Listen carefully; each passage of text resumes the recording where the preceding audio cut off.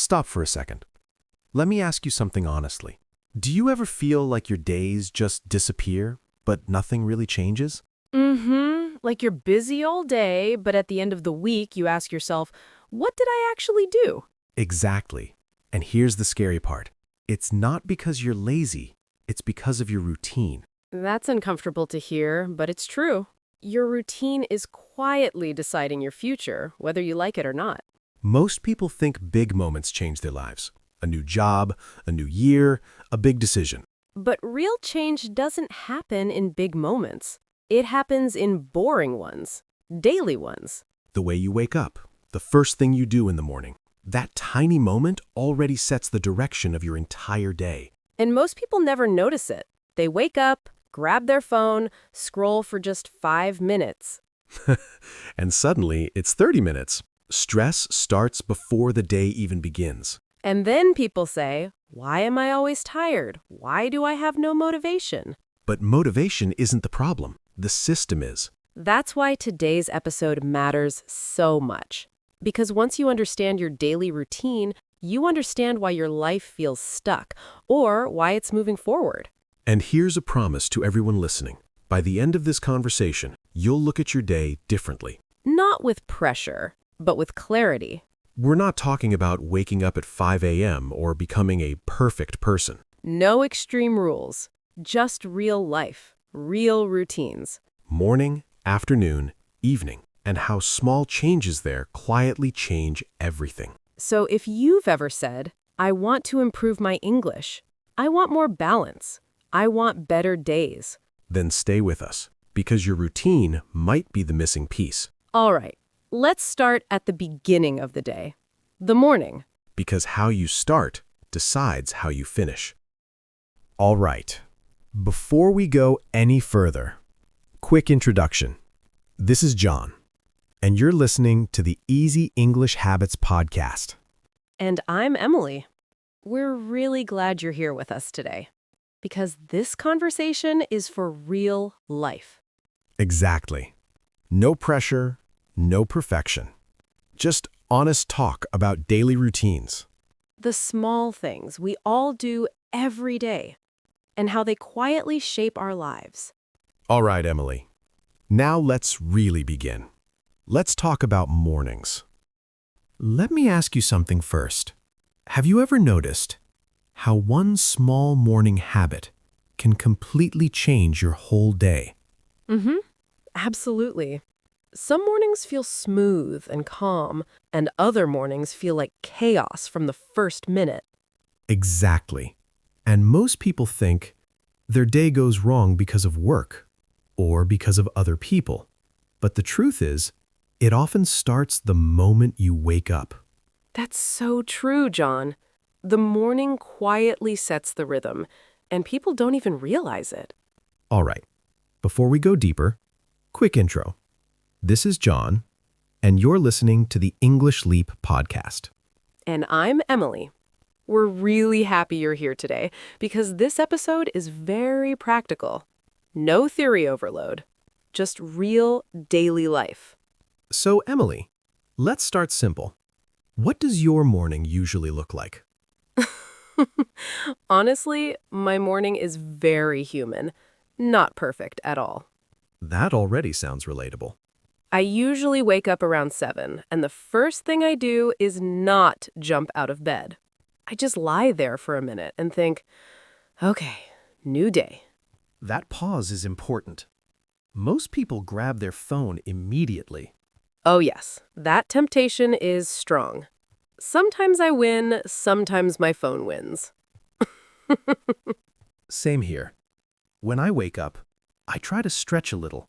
Nothing fancy, just moving my body. Because my brain needs a signal that the day has started. Stretching really helps. It's like telling your body, we're alive, let's go. Exactly. After that, bathroom routine. Brush teeth, wash face. Very basic, but very grounding. It sounds simple, but those small routines create stability. Then comes my favorite habit, drinking a glass of water. Yes. Hydration in the morning is underrated. Your body is basically asking for water. Right. Coffee can wait. Water comes first. Coffee lovers might disagree. They can argue with science later. Fair enough. After that, I usually have a light breakfast. Something easy. Oatmeal, toast, maybe fruit. Same here. I don't like heavy food in the morning. My brain doesn't work well after that. Exactly. Heavy breakfast, slow brain, not a good combination. And while eating, I try not to rush. Just 10 calm minutes. No stress. That calm start really matters, because if the morning feels rushed, the whole day feels rushed. So true. Do you check messages in the morning? Sometimes, but I try to limit it, because emails can wait. My mental energy can't. That's such a good point. Usually, I check my to-do list, just to know what's ahead. Not to panic, just to prepare.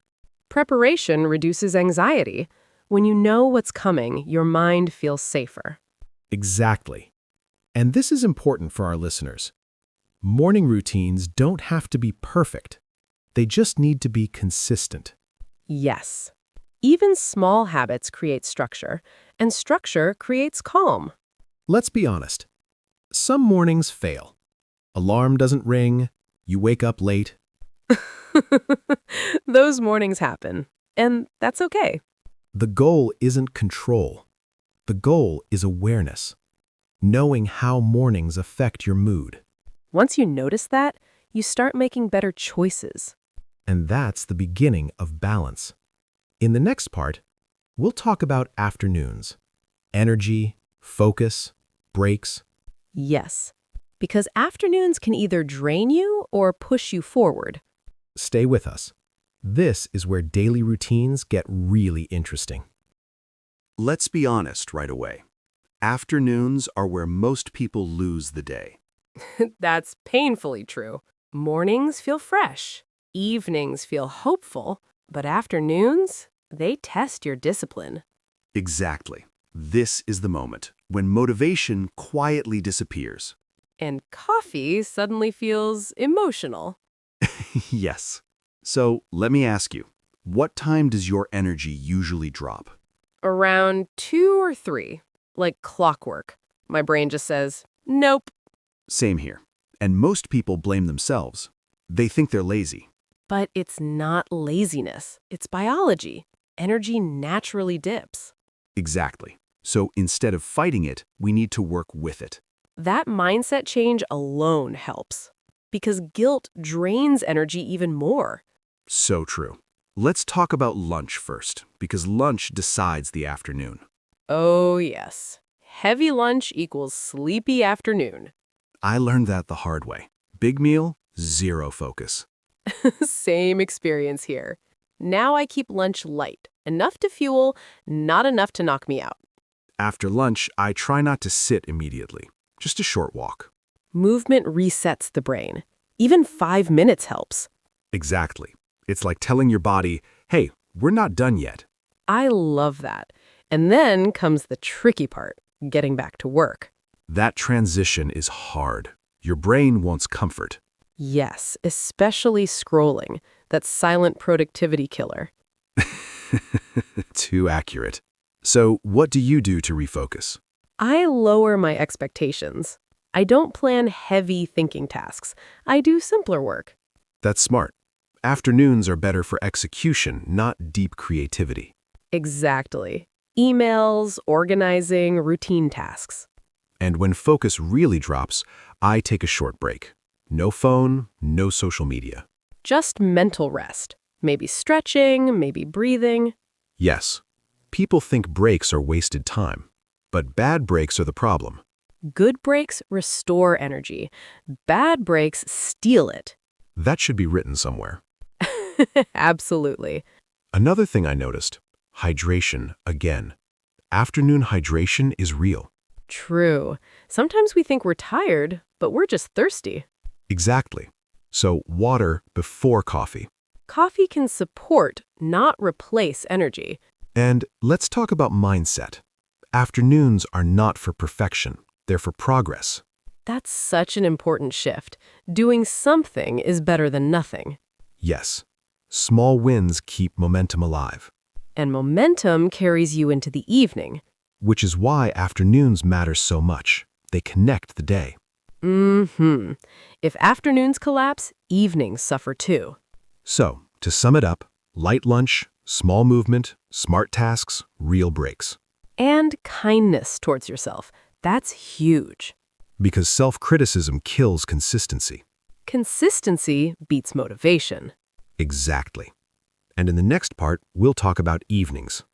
Wind-down routines, reflection, recovery. That's my favorite part because evenings decide tomorrow. Stay with us. You don't want to miss the next one. Most people think evenings are for rest. But actually, evenings are for recovery. That's a big difference. Rest feels passive. Recovery feels intentional. Exactly. How you spend your evening decides how tomorrow begins. I didn't realize that before. I used to just collapse. Same here. Long day, no energy, zero structure. And then tomorrow felt heavy. Yes. That's when I learned evenings don't need motivation, they need rhythm. I like that word. Rhythm feels gentle. So what does your evening usually look like now? Well, after work, first thing I disconnect. Laptop closed, notifications off. That's powerful. Most people stay mentally at work. Exactly. Your body is home, your mind isn't. So true. For me, dinner is a key moment. Not just eating, but slowing down. Same here. If dinner is rushed, the whole evening feels rushed. Food sets the mood. It really does. After dinner, I avoid heavy thinking. No big decisions. Yes, evenings aren't for solving life. They're for releasing it. Beautifully said. What about screens? The dangerous part. I try to limit them. Not perfect, but intentional. Same. If I scroll too much, my brain never shuts down. And sleep quality drops. Exactly. So I replace screens with simple rituals. Like what? Reading a few pages, light stretching, or just quiet music. That sounds calming. I do something similar. Herbal tea, dim lights, slow pace. Those small signals tell the brain it's safe to rest. Yes. And reflection is important too. Oh yes. Even a short reflection. What went well today? What can improve tomorrow? Not judging, just noticing. Exactly. Reflection without criticism. That's a skill. It takes practice, but it builds clarity. And clarity brings calm. One more thing. Bedtime consistency. Very underrated. Same time, every night. Your body loves patterns, more than motivation. That's so true. When sleep is consistent, everything improves. Mood, focus, energy. Even confidence. Absolutely. Good evenings create good mornings. And good mornings create good days. It's a cycle. Exactly. In the next part, we'll talk about why routines matter and how balance actually works. That's where everything connects. Stay with us. The final insight might change how you see your day. So, Emily, we've talked about morning and evening routines, but why do routines really matter? I guess it's more than just habit. It's about shaping your day. Exactly. Routines create structure. Without them, chaos sneaks in. Yes. Ever notice how a messy morning ruins your whole day? Totally. When I skip my morning stretch, I feel off all day. Same here. Small routines set the tone. And it's not just mornings. Evenings, breaks, meals, they all contribute. Exactly. Balance isn't about working nonstop. It's knowing when to pause. Pause is key. Without it, energy drains, focus drops, confidence wavers. Mm-hmm. I call it mental recharge. Even 5 minutes counts.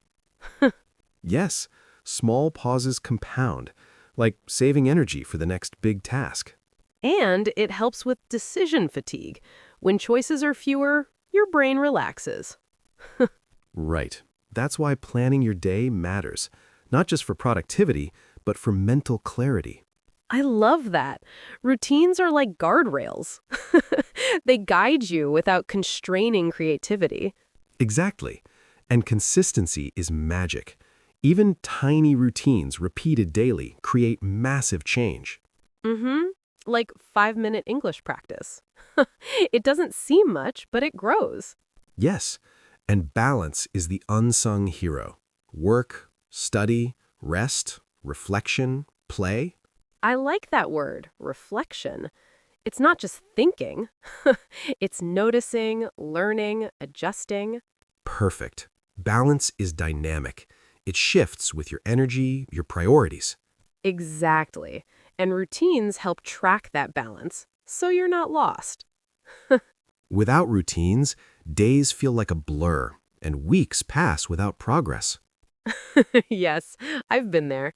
Lost in notifications, endless scrolling.